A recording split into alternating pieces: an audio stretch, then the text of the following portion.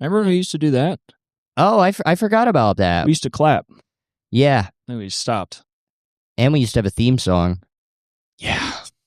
We got to do a theme song. Yeah, we'll figure out a theme song. We're going to finish up the album today, though. Yes. Yeah. I mean, we have some extra time after this. There's an album coming soon, so get ready for it. I was explaining one of our hit tracks to my dad, and he was disgusted. Which one? You know which one.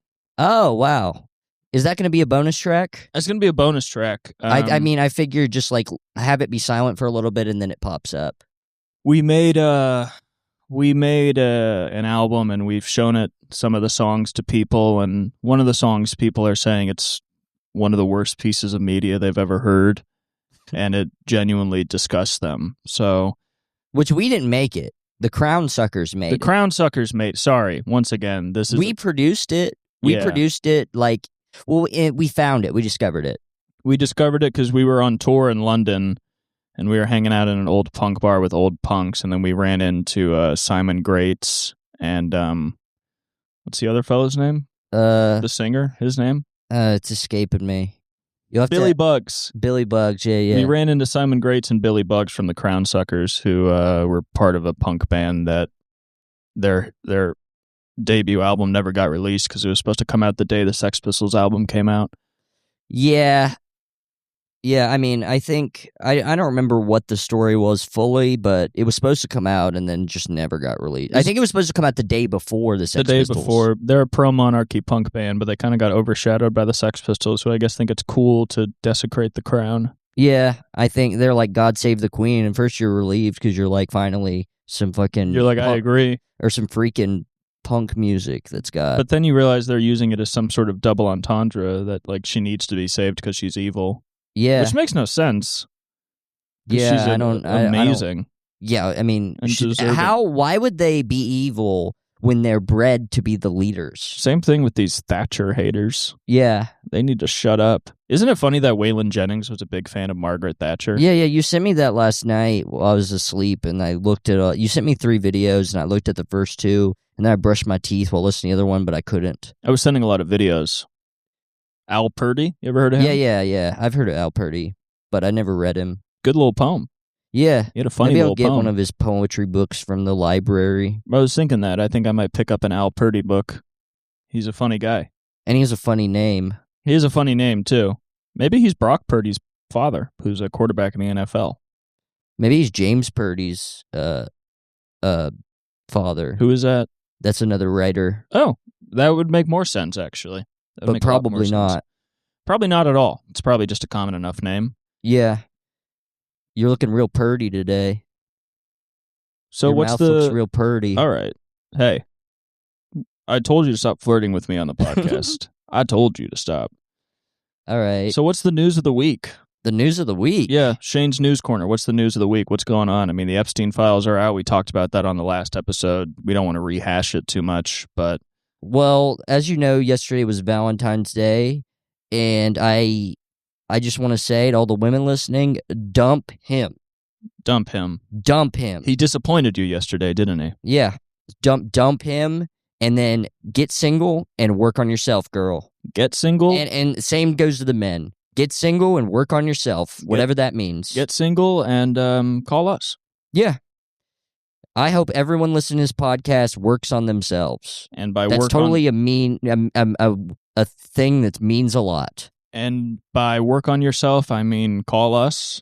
Call us. Send pictures and videos to us. If you're a man or a woman. A man or a woman, set up dates with us. We might show up, but just set up a date and a reservation. Yeah, set up a date. We'll show up. We'll date you, and we'll teach you how to make money. We're going to be in New York City. So if you're listening from New York City, we'll be there. Yeah. We could potentially stop in the middle of the country if you're in Kansas or something and you want to go on a date. Just let us know. I have a layover in St. Louis. If any women... How long?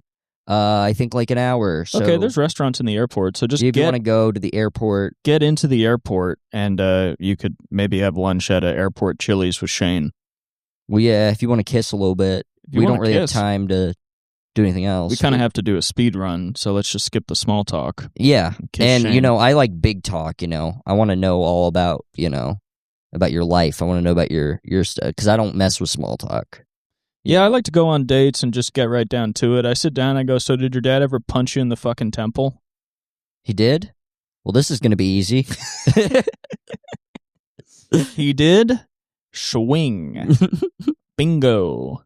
For me, as a terrible person, a manipulator, that's actually great news. Whenever a woman tells me she's been through a hard time, I go, I got a golden ticket, I got a golden ticket, and then I spend 6 months just trying to sort of mimic the people that hurt her so much.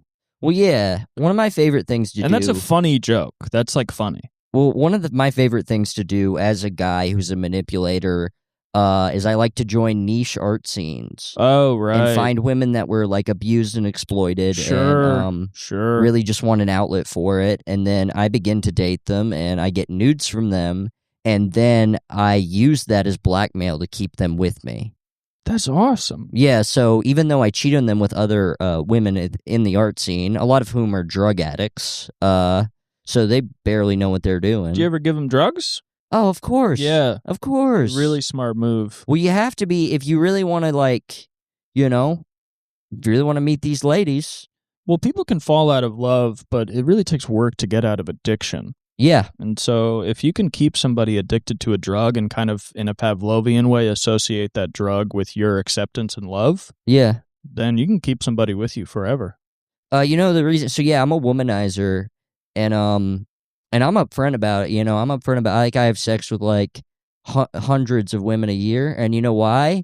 It's because I'm secretly a closeted gay man. Oh, so really you do it as almost a form of self-hate. Yeah, well, the sex itself is a flagellation. Yeah, well, there's that. I mean, there's also just, like, getting sex and possessing people and, like, my uncomfortability with my own identity, so I put out a fake identity.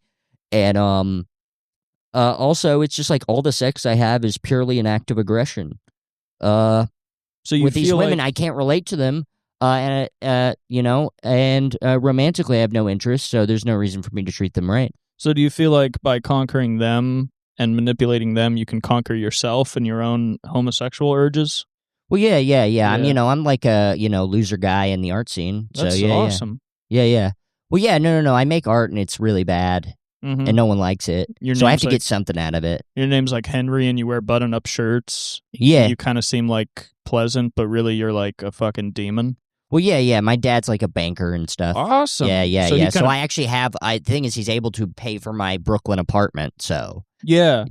So I live in Bushwick. All this manipulation and hate and violence is actually bankrolled by the ruling class. Oh, yep. That's kind of cool. How like the ruling class, steals homes from families and turns them into apartments and stuff. Like all that money is going to these sort of agents across the country, which are the children of the ruling class, and they use that money to just sort of, in small ways, destroy people's minds. Oh yeah, it's pretty cool. I mean, it's pretty cool. I love it. But you're also anti-capitalist. Yeah. As far as people know, yeah. I say that. Yeah, I tell people that. One of my favorite parts about emotional manipulation is that a lot of people are just desperate for like love and connection. And you can exploit that to your own advantage because you don't see the value. I don't see the value of love. I've always said that. I've never saw the value of it. My familial unit is purely there. I've always said that people's needs are my opportunities.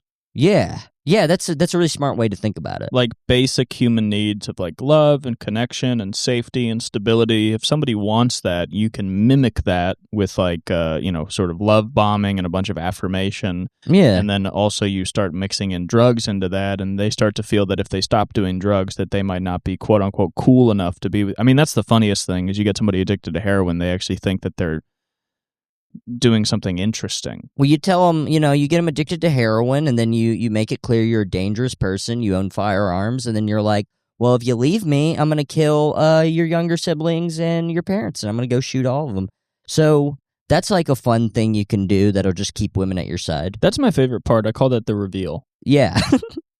Because they think they found somebody that, isn't full of hate and violence, and then you go, uh-oh, SpaghettiOs. Well, they think because they're also from the same class as me, like economic class as me, that we would relate a lot. Yeah. But in actuality, I hate them because I was never taught to feel. Yeah, my favorite thing about middle and upper class people is they believe that people of the same class aren't capable of evil. Yeah. When Yeah, in well, fact, they think it's all the poor people. Yeah, when in fact we have more capabilities due to the cash flow. Yeah, more Yeah. capabilities, less emotional intelligence, less empathy. Mm-hmm. I mean, it's awesome having zero empathy and caring not at all for anybody else other than exactly what's happening to me at this moment. It makes life so easy. Oh, it's so simple. Because you see what you want and you go, okay, well, if I do that, it could really destroy somebody's psyche for many years, if not the rest of their life. But I can get what I want in this moment right now. And that would be good for me. So there's literally no reason not to. And nobody will ever kill me. No. Even though I should be.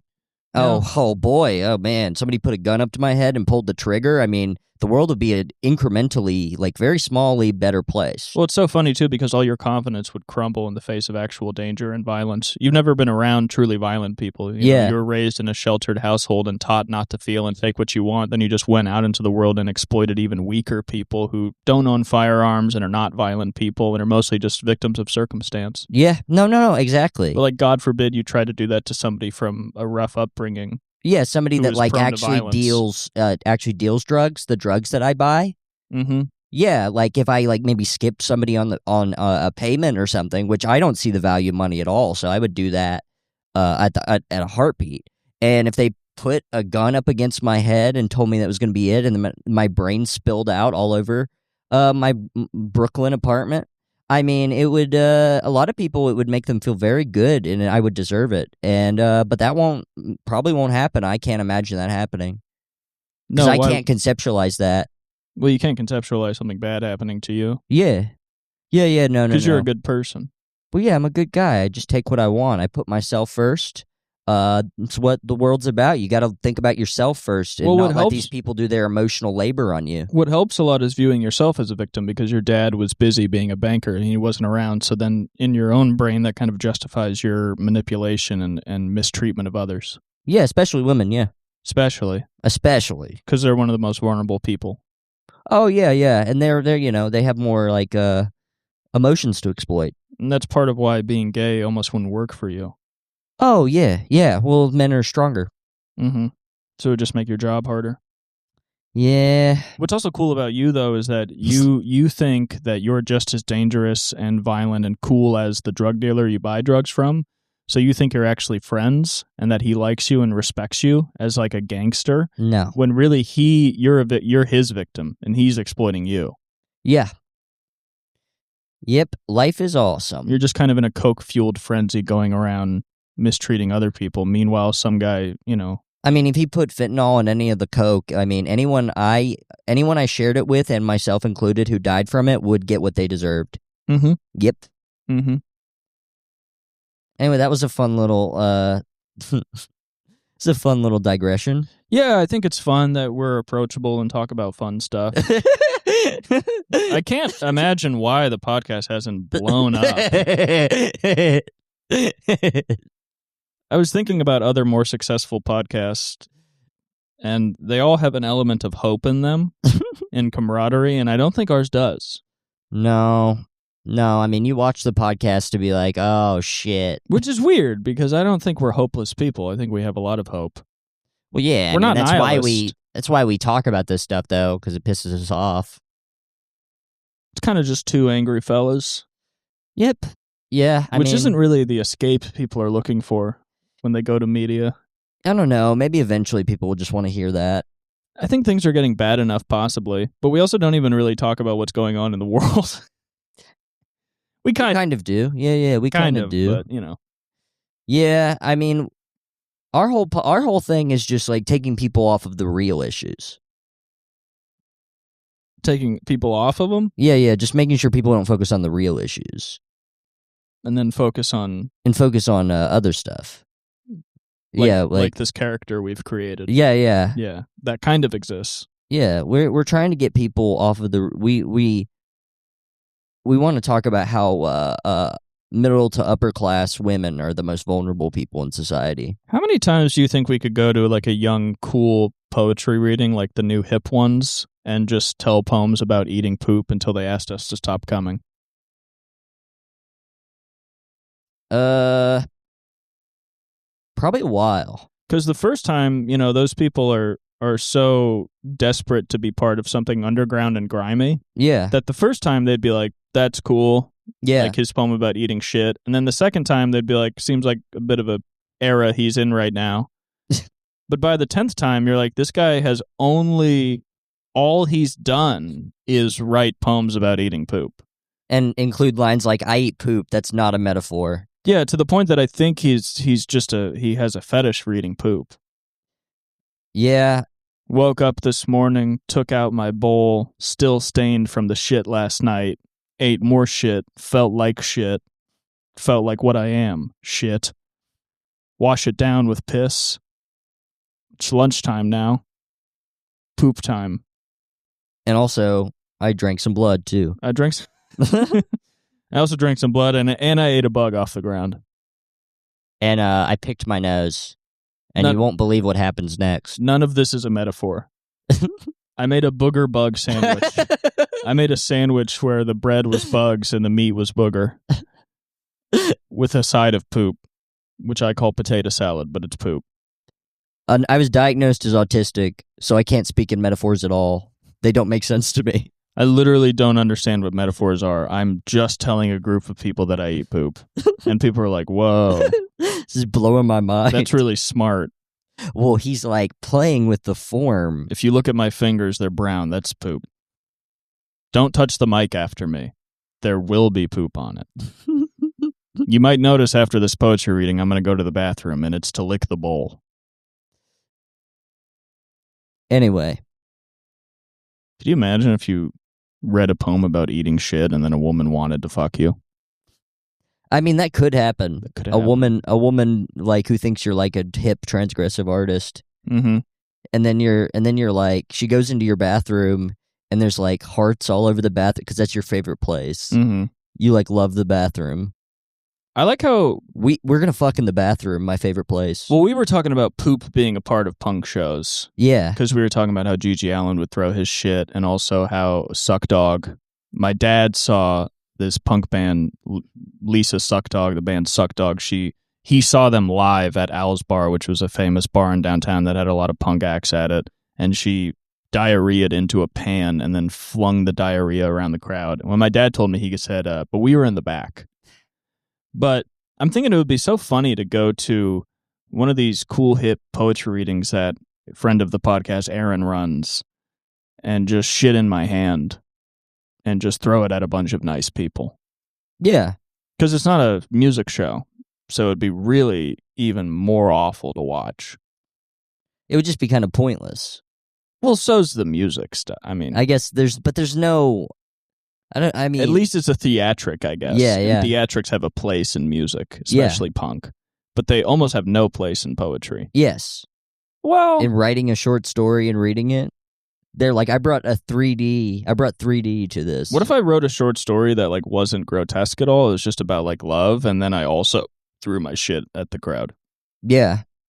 Do you think they'd call the cops? Could they? Yeah, I think. I feel like they have to put throwing poop at people as like assault or something, but then it's also a performance. So I don't know if there's different laws with that. Maybe that'll be my last act at the Comedy Store. Yeah. Right before you die, right before you pass away, at the ripe old age of 28. It's just hard doing comedy because you can't believe you're a badass anarchist. I mean, we could try. But no. We could lie to ourselves. We're just helping sell drinks, you know? I'm not. At least I have my bit about how buying drinks is for gay guys. At least you buy drinks, you're a gay guy. Punk artists, they'll like go to some crazy like garage show and they're like, yeah, we're fucking out of the system. But with comedy, you're deep in it. You're in a system. You're contributing to the distraction economy of making stupid videos even you hate. Yeah. That people watch and forget about their lives. So I think it keeps you humble. And we're going to be though. releasing some this week. I think it's good though as an artist. I think comedy helps in that way where you can't really ever get on your high horse. Yeah, I don't know. People do it. Well, you got to become super famous. Yeah. There's some people in small scenes that think they're doing pretty impressive stuff with their Bill Hicks impressions. Yeah, I was about to say, what I like about comedy is you find people's line where they go, I'm awesome and don't have to care anymore. And sometimes it's like really small. Yeah. Sometimes it's just like having a residency at a bar. Yeah. And they're like, I'm the man. I don't give a fuck anymore. Yeah, I mean, with the Comedy Store, you know. I think my bar is pretty high, though. I don't know. I mean, I want to be great. Yeah. And in order to be great, you have to perform at an RV park, like we did last night. Yeah, that's what we did last night. Me and Shane were offered a show by our manager, Christina. Shout out, Christina. Yep, Christina, shout out. She offered us a show. She said it pays $375. We said we're in. Yes. And then over the course of time, she released more details. She said it's at an RV park, and we were like, okay. And then she said there's also going to be a lot of kids, so it has to be completely clean. She told us that 2 days before. And I don't know if you've listened to anything we've said, even just on this episode, but it's not really our bag. It's not really what we're good at. So I was going in fully expecting to bomb. Few people on the show bombed. Shane went up and had a fun set. You did mostly material, which is tough. Yeah. Because they're not a crowd that was really... I think they wanted it, but they weren't really in a place for it. Yeah. There was a lot of kids there, so eventually you just started saying 6-7 after every single punchline. Yeah. And they loved that. Oh, yeah, yeah. They went crazy.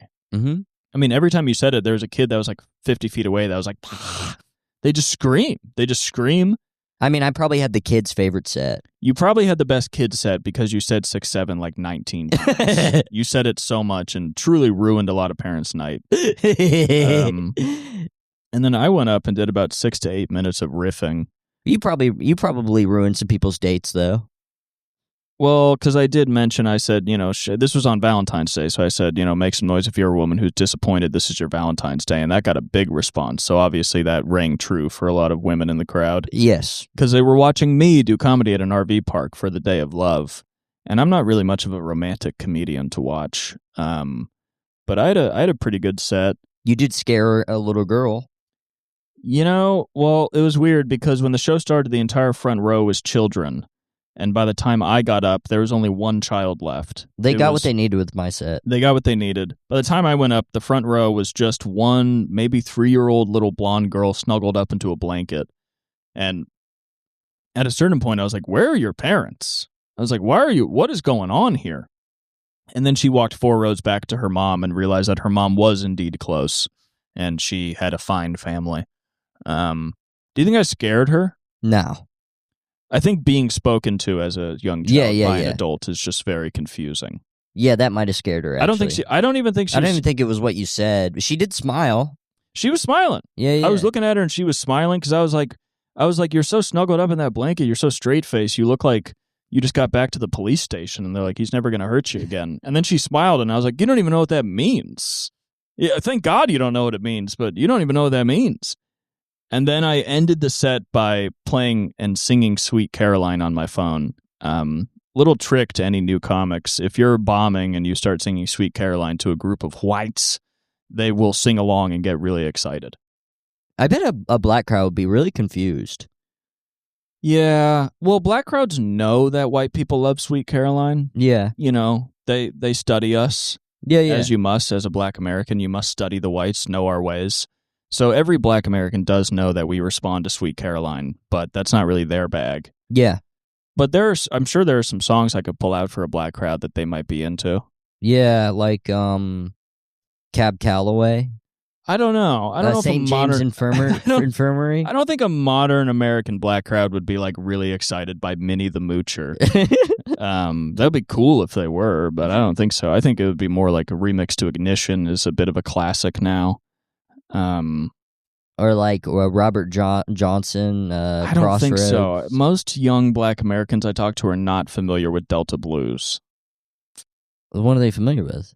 Modern American black songs. Maybe if you read from James Baldwin, they'd repeat it. I mean, maybe if you had a more artsy crowd. A more what crowd? Artsy. I don't know what that has anything to do with it. Just when I talk to young black Americans, they're not often bringing up James Baldwin. Interesting. I'm sure I didn't know that. I'm sure if I brought it up, they would know who he is and appreciate his work. But If I'm talking to a young black dude, like a 26-year-old black dude, he's not like, oh, on the way here, I was listening to some James Baldwin readings. Yeah. You don't really hear that. Okay. So white people are really into, like, Citizen Kane and stuff, right?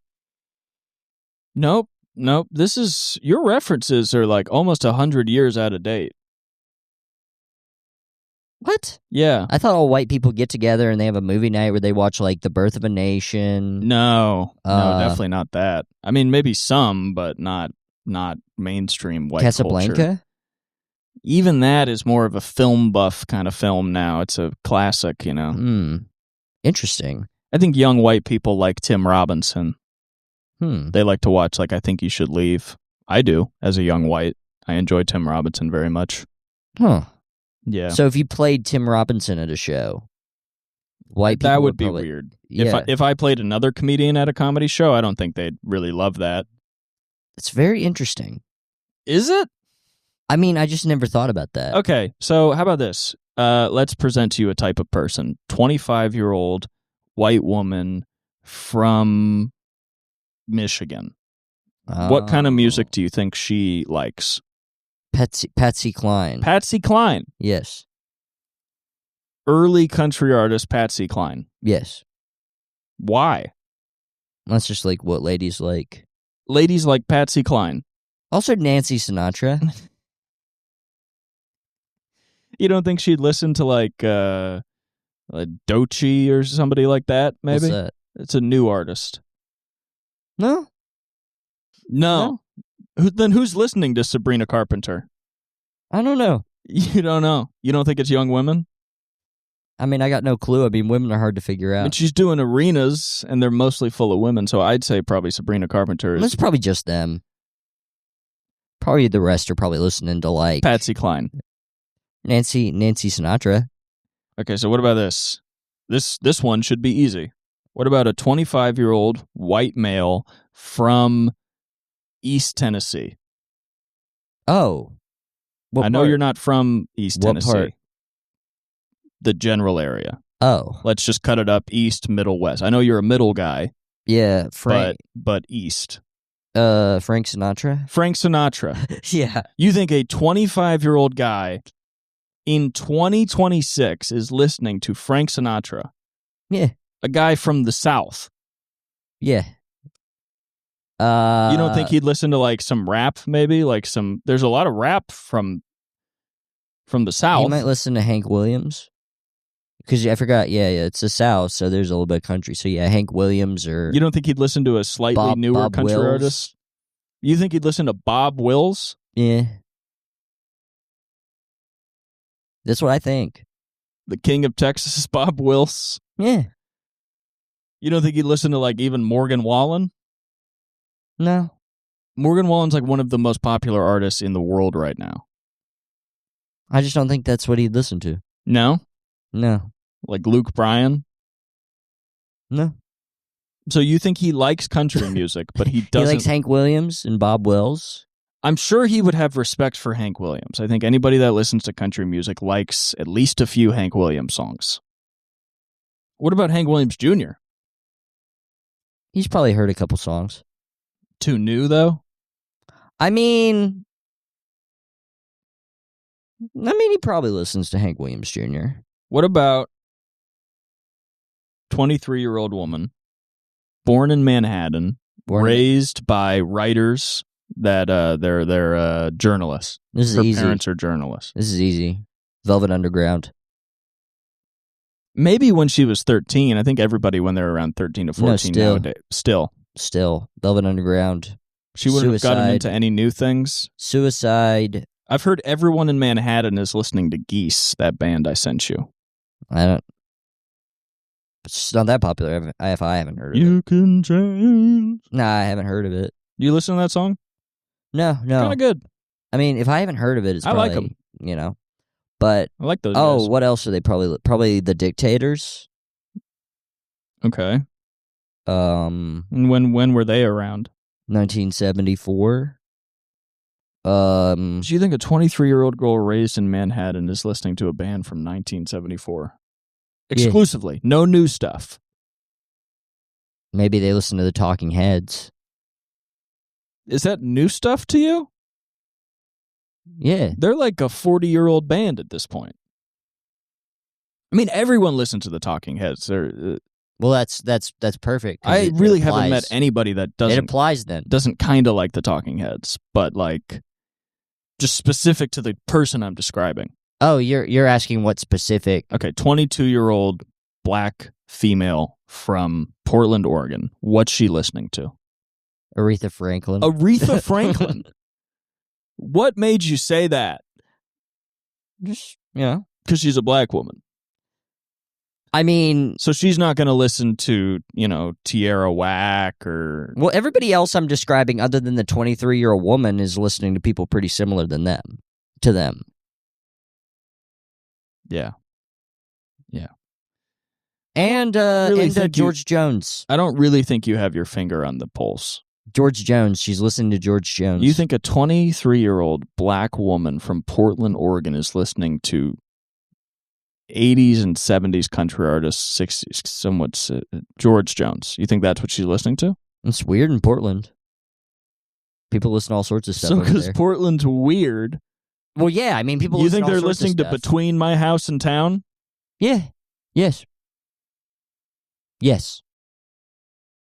Yes. I don't think you really know what's going on in the world, to be honest. All right, hit me with one last one. Okay. 60-year-old billionaire financier who lives in West Palm Beach, Florida. I'm probably like Justin Bieber. Justin Bieber? Probably like that. Do we know what Epstein was listening to? No. No, I have no clue. I wonder what he was into. He's probably into like Justin Bieber. I think his cultural awareness was like not. The Strokes. Arcade Fire. I mean, he loved Whitney Radiohead. Cummings, so he has bad taste. Radiohead. It sucks he wasn't around for Jordy Greep's album, The New Sound. He would have loved that. When did that come out? 2024. Oh, that sucks. Yeah. Do you like that album? Is that a good album? It's pretty good. It's a really good album. What kind of music is it? It's like, kind of reminds me of Steely Dan. There's kind of a jazziness to it. I was listening to Steely Dan before you came here. Yeah, that's what I would have guessed. Well, because I would have guessed that that's the type of music you'd be into. I was playing Dirty Work, and I want to hear what it sounds like slowed down, so I'm going to remix that on my phone and listen to that. Huh. Yeah. See what that sounds like. You know what that song's about? Fucking a lady who's cheating on her husband. No. It's like Dirty Jobs. No, it's not. It's very obviously, you send the maid home early, light the candle, put the lock up on the door. When you need some loving and your man is out of town. Well, he means like... He says it explicitly. It's a very direct song about what it's about. No, he means like, you know, like if you need to get like your sink fixed or something, like some loving. Like you need the loving of a man in the house. So you have to like... What does loving mean to you? It obviously means like you're showing love. So she's paying for love, as in like the man would usually fix the sink. Then why but would he she has the guy from the dirty job come over? What? So you think she's inviting Mike Rowe to come over and fix her sink? Why is she sending the maid home early then? Because she doesn't have to fix the sink. Yeah, but the maid could be there. She's sending the maid home early so she doesn't see them fuck. Well, why would you go and do that? Because she's a cheating wife. That's what the song's about. Here's the thing, though. And he doesn't want to be a part of it The maid would go home early. It's maybe it's by early. Maybe it's a holiday. It's not a holiday. And that's why her husband... It's not a holiday. Maybe her husband is doing business stuff where he has to work on holidays. Why are you so resistant to believing that this is obvious? Because I know what the song's about. It's about dirty works. People that do dirty jobs. What's that Rod Stewart song, Maggie? Maggie? Yeah. You know that song. Yeah. What do you think that song's about?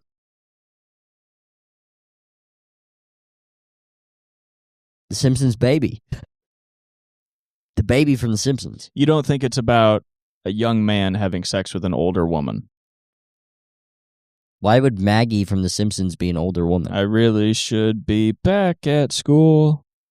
It's him saying that to the woman. He's having an affair with an older woman, and he's having his trepidations about it. Maybe it's Bart talking to Lisa. It's not Or Bart. not Bart, It's not not about Lisa. The Simpsons. Maybe it's Bart talking Why to do Maggie. you think it's about The Simpsons? Because Maggie, The Simpsons.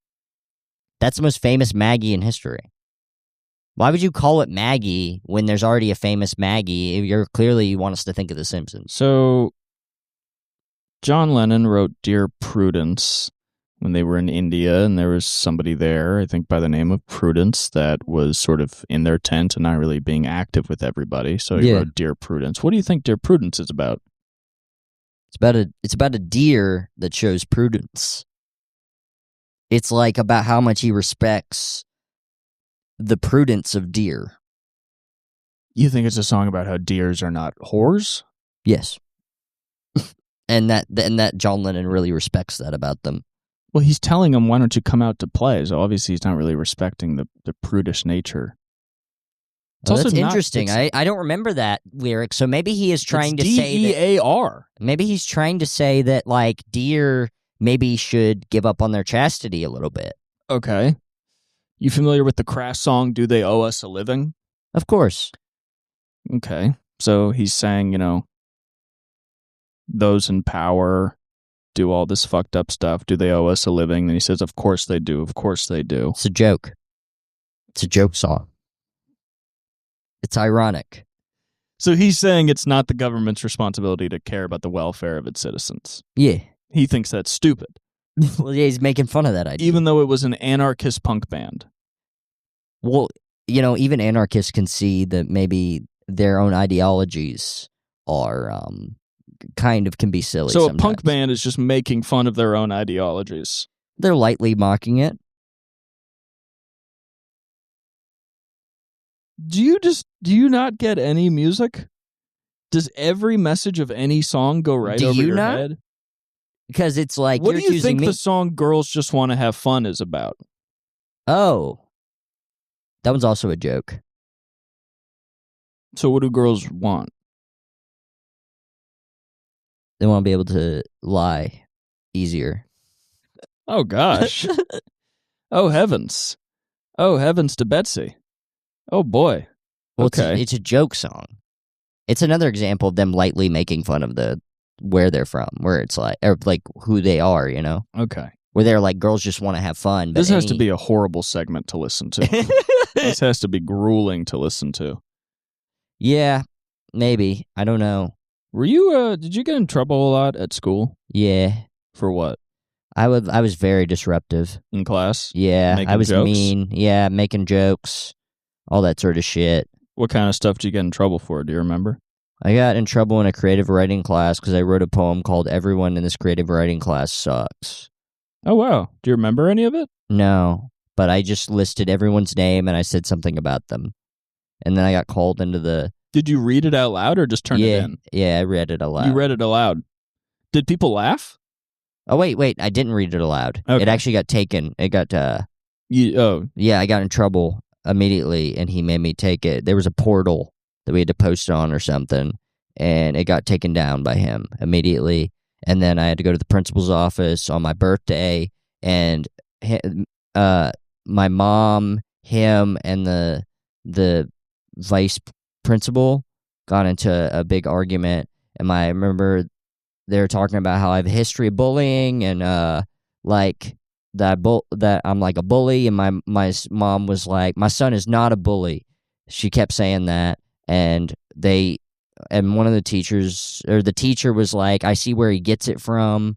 And damn, rude. Yeah, and also my mom, one of her arguments in favor of me was he reads college level books.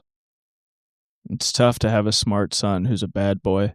Yeah, because you're like, you guys keep calling this kid stupid, but he's just too smart, and you're boring him. Do you think if you were in like a advanced high school that was like for smart kids, you would have been less bored? No. Yeah. Probably not.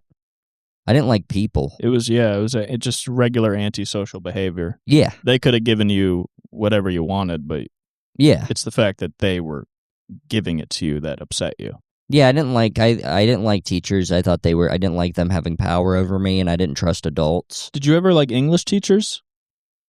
No. I was an English teacher kid. I had good relationships with English teachers. I had a good relationship with a mythology teacher. Hmm. Like, he taught mythology. We had good relationships. He said I was the funniest guy in the building. Nice. Yeah. That must have made you feel good. How old were you? 16. Some interesting classes for a high school. Yeah, I mean, it was a good high nice school. place. Yeah. I didn't have classes like that. You had fashion class. I did have fashion class. I just thought of that too. I had fashion class. I had a film class. We didn't have that. I had a really funny moment in film class where there was this one kid who was just stupid. And he one time he raised his hand and he was like, "I don't get it." We were watching a movie. He's like, "I don't get it." And the teacher was like, "Okay, well, I want to help you. So, like, what part of the movie are you misunderstanding?" And he said, "All of it."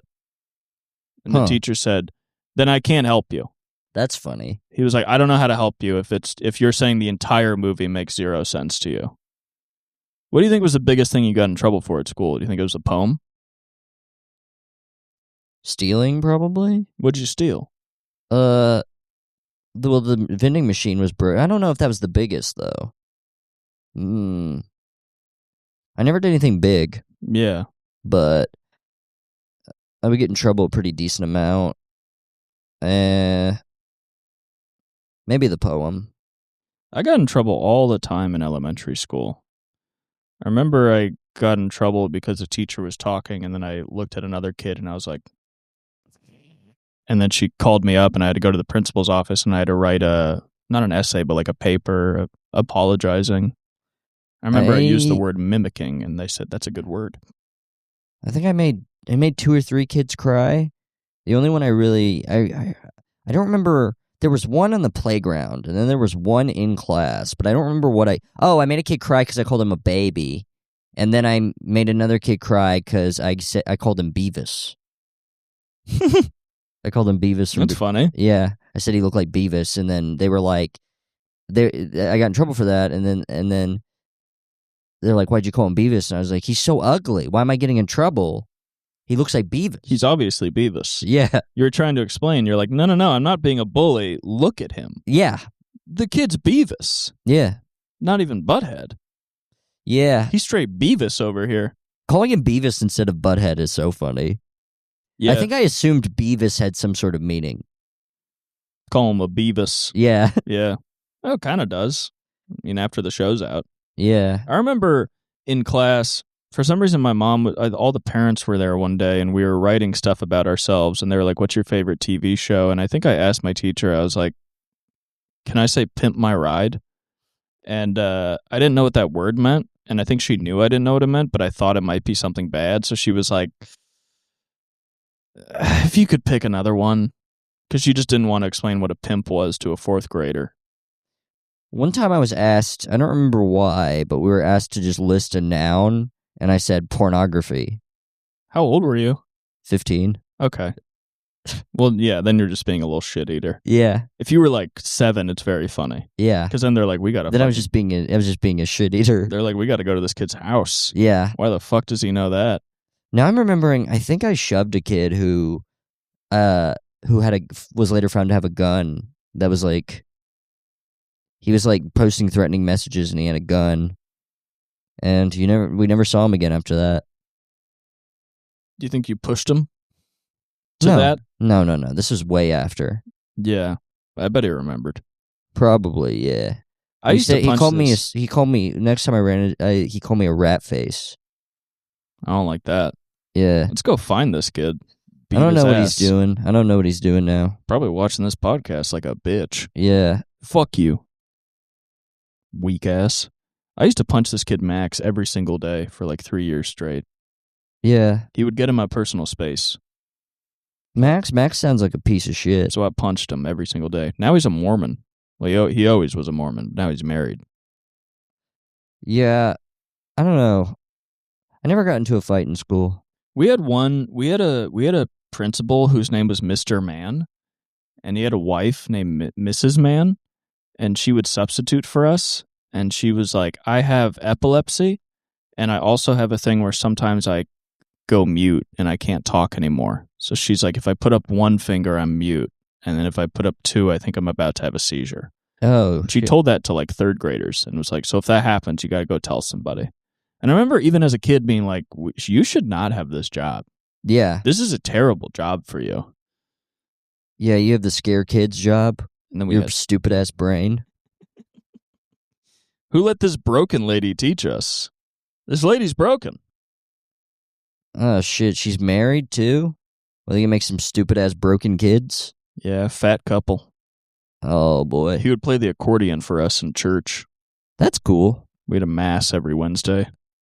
Oh, wait. Did you go to Christian school? For elementary, yeah. Oh, okay. Non-denominational. Oh, okay. That's where I experienced Catholic discrimination. Oh, okay. So they said, you're Catholic, you're not Christian.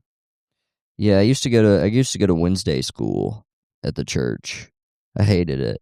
I got in trouble at Wednesday school one time, and they made me leave. They just made me leave, so I just stood outside until my mom got there. That felt bad, didn't it? No. I got kicked out of my uncle's house because I was screaming, and he just put me outside. He said, you got to go outside. And I remember I was outside, and I was like, what the fuck am I going to do? Where am I going to go? And my aunt came outside and was like, just come inside. Why the fuck did he put you outside? Yeah. What the hell? You can't put a kid out. You can't put baby in the corner. I mean, getting in trouble for... I loved that. I loved not getting put outside. Mm. It was so fun. It wasn't fun, but it was awesome. I always felt like whatever I did, I was always in trouble. I liked that I pissed people off. Yeah, I liked that they were authority and then they were too upset with me to deal with me. Yeah, I mean, that's smart. Smarter than I was. I liked problems. I just felt sort of like a bad person. Because I remember one time during flag football, I was chasing this kid around in a circle, and I was like, I could catch him if I push him. So I pushed him to the ground, and his nose bled, and his glasses broke. And then his dad took him by the shoulders, and he put him in front of my face, and he said, look what you did to him. And I think that left a mark. That wouldn't have made me feel anything. It just makes you feel like a bad person. I don't know, maybe it would have. But also at the time, I was like, this is a lot. Yeah. I was like, this isn't really fair to me. Yeah, I never liked my punishments, but I was fine with what I did. Yeah, I mean, I always felt like I was made out to be some sort of bad person. My fifth grade, I had the same teacher for second and fifth grade. So it was a small school, and she told me she wrote her college thesis about me. Really? Mm-hmm. About what? I think I was just a really angry, weird child. Huh. Well, I was the same teacher I asked where I was like, hey, because she was teaching us about Christianity. So I was like, what if all the prophets were schizophrenic? Because there's all these homeless people on the streets now saying they're Jesus. So like, What if Jesus and all the prophets were just the same as them? They were just schizophrenic, crazy people.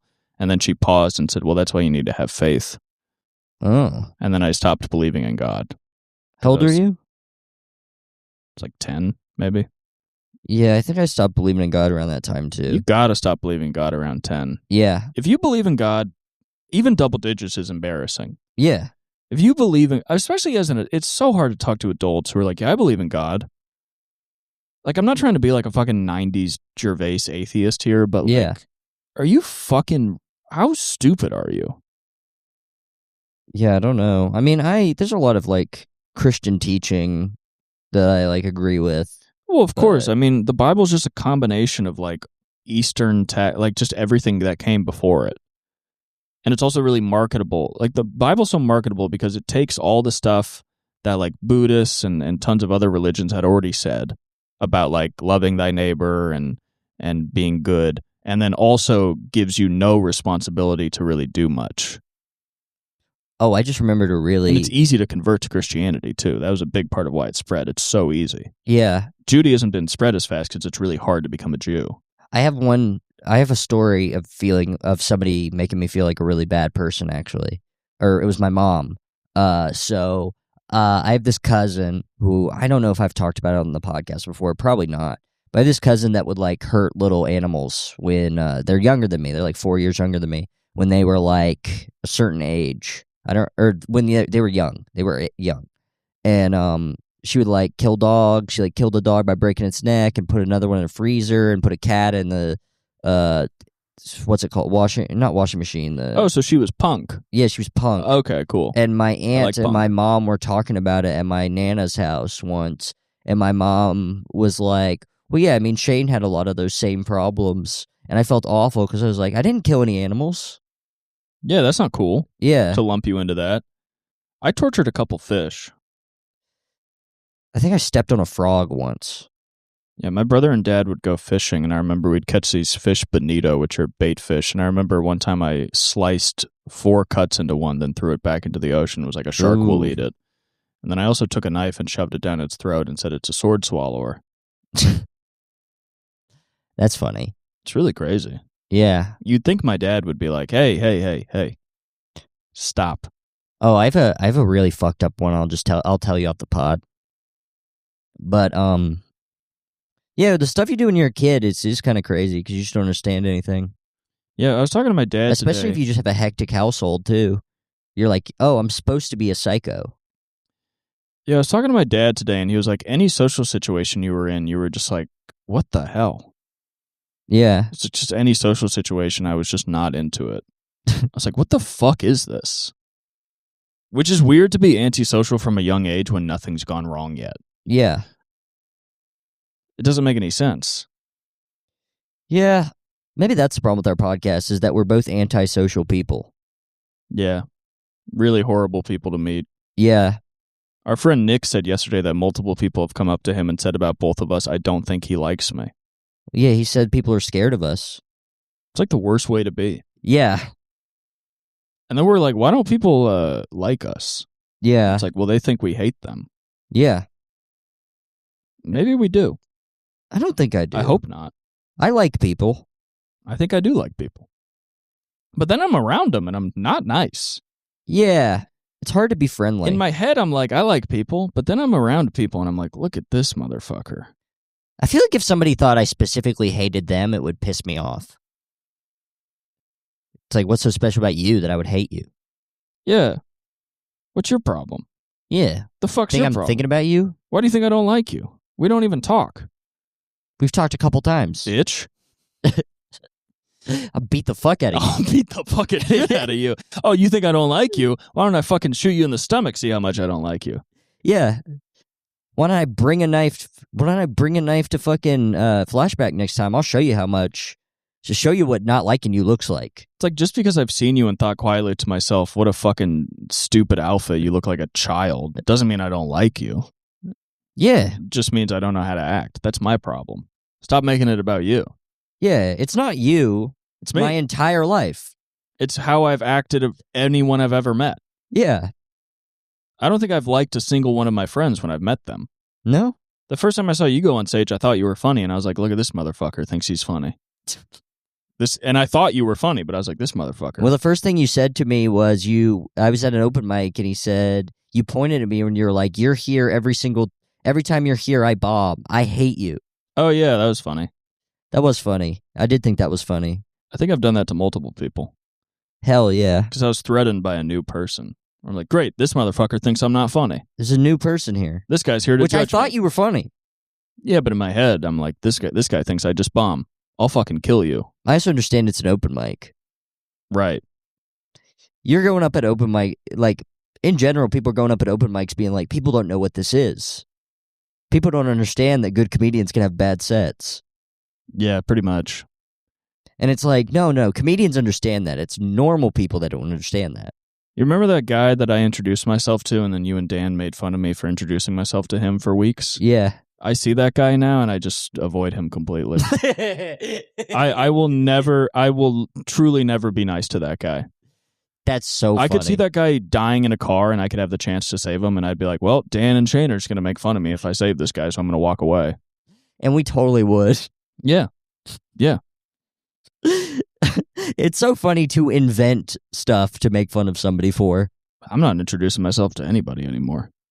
To make fun of somebody for meeting I somebody. saw what happened. I'm not doing it again. I'm not doing it anymore.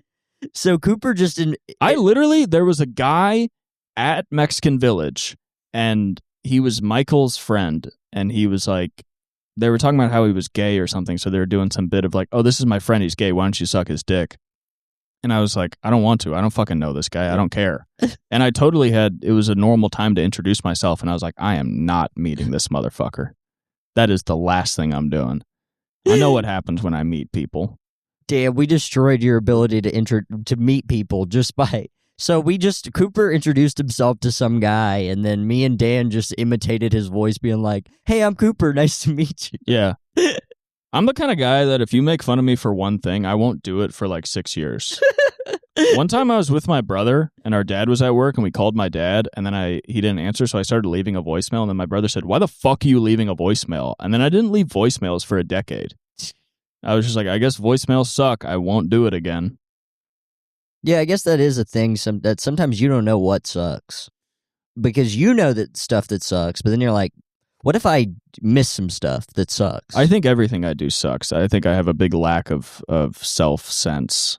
So that's why if I like something, I just assume it's probably gay. Yeah. Yeah. But then anything else that anybody likes, I'm like, well, that's gay. Yeah. It's pretty gay to be really into noir fiction. Well, like I realized today that I haven't listened to all of Gigi Allen's discography, and I'm like, yeah, but he's fucking a mainstream punk artist, so it's gay to listen to him. Is he mainstream, though?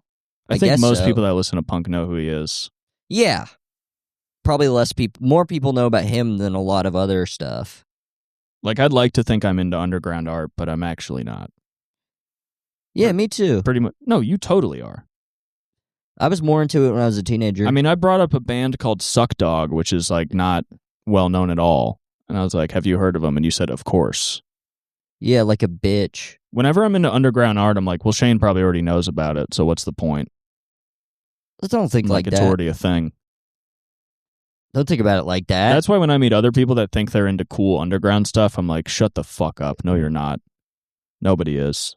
No, not really. It's all a psyop.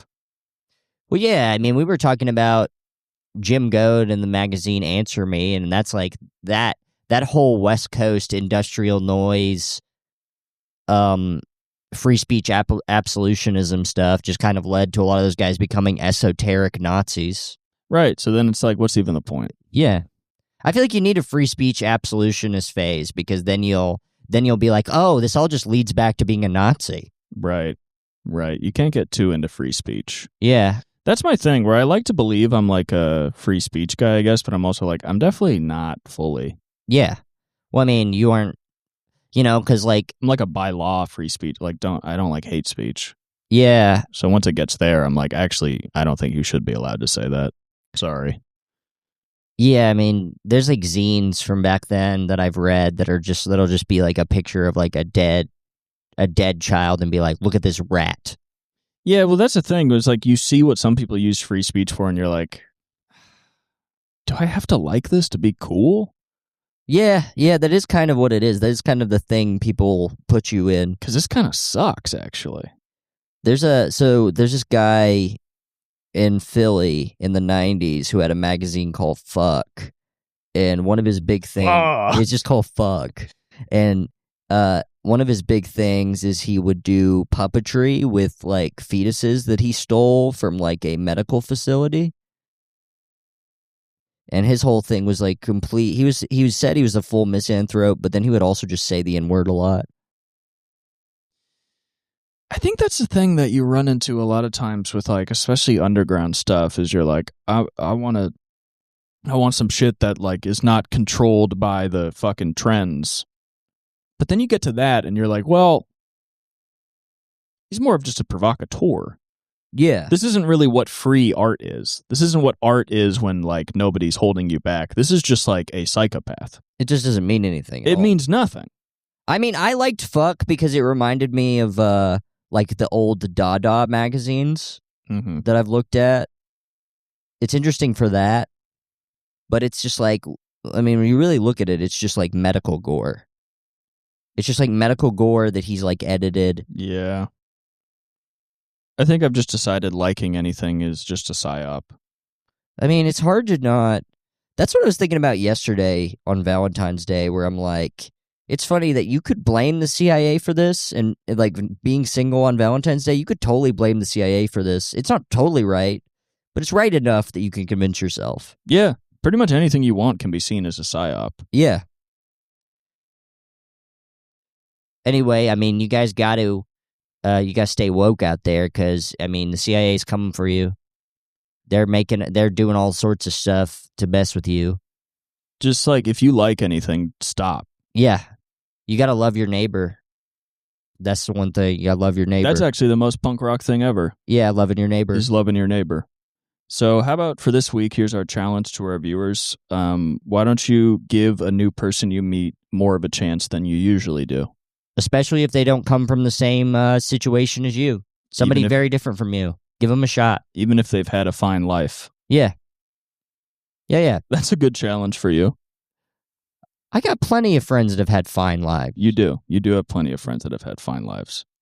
I do. Not for long. I always agree with you, but I do think it's very funny when you meet an upper middle class guy and then you text me and you're like, this guy's a piece of shit. And I'm like, I don't know, he's just kind of boring. And you're like, nah, man, fuck him. And I'm like, all right. I mean, I don't disagree. I don't have the same emotion. I'm such a hateful guy. I guess it's just because I'm like, the way I'm immediately defensive because I'm like, he thinks I'm trash. Yeah, well, society kind of waged war on you and your class, so it's kind of fair that you're pissed. That's why I'm never like. That's why the only times I've ever rebut that is because you're my friend and I care about you, and I'm like, I just don't want you to be angry all the time. What's also not helpful, It doesn't get anything done. But also sometimes I just go, you know what? Maybe this guy you're describing is a loser. I mean, for the most part, most people are fine. Yeah. I mean... But somebody who's fine is really easy to think they suck. Yeah. Somebody who's like just fine and kind of boring is really easy to be like, they're a fucking symptom of the kind of apathy that you get with wealth. And it's like, I guess that's also true. You know what? I say people are fine until you get close to them, and then you kind of figure it out. Yeah, then they start saying wild stuff. Then they start being weird, or they start deciding stuff about you or whatever. They start throwing shit out about the homeless that you go, oh. Yeah, I don't know how I feel about that. Oh, heavens. Yeah, anyway, stay loving your neighbor. Stay loving your neighbor. Bye.